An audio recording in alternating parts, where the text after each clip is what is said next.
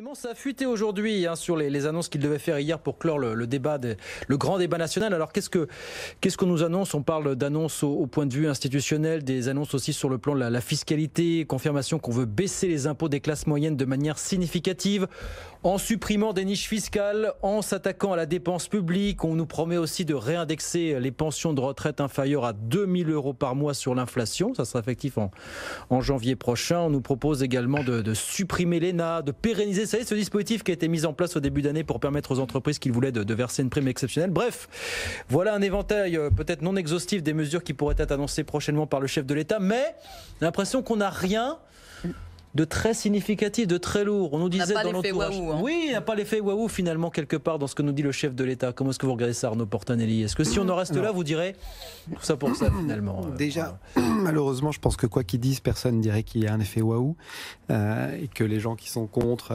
diraient que c'est mauvais et les gens qui sont pour diraient que c'est bon. Donc le niveau de l'analyse politique en France, à mon avis, il est un peu lassant. Et là encore plus avec le fait que ce soit tombé et que ça ait fuité. Je pense concrètement que son discours, il fera certainement un peu splish et puis les gens auront déjà prévu des attaques.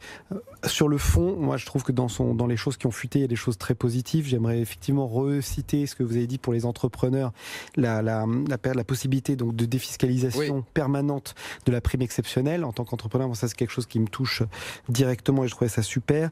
L'État qui protégerait, vous savez, qui prendrait les pensions alimentaires des mères célibataires, ça a été dit.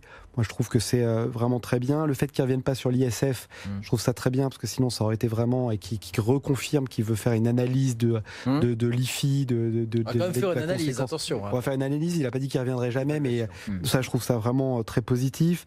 Et aussi, forcément, la justice fiscale, donc d'essayer d'alléger sur la classe moyenne. Après, dans le discours, moi, j'ai pas vu de... Je pense qu'en tant que communicant, il aurait dû faire un point sur ce qu'il a déjà fait, notamment sur la réforme de la formation professionnelle. Il y a eu beaucoup de choses qui ont été faites. Les Français ne sont pas au courant. Beaucoup de choses très positives. La monétisation du CPF en 2019, depuis le 1er janvier. 2020, tout le monde va toucher 500 € de pouvoir d'achat, formation en plus, et 800 pour les plus démunis en termes de diplôme. C'est des choses il faut profiter de ces grands moments de passage télévisé pour informer les Français, parce qu'ils ne sont absolument pas informés de ces changements vraiment importants.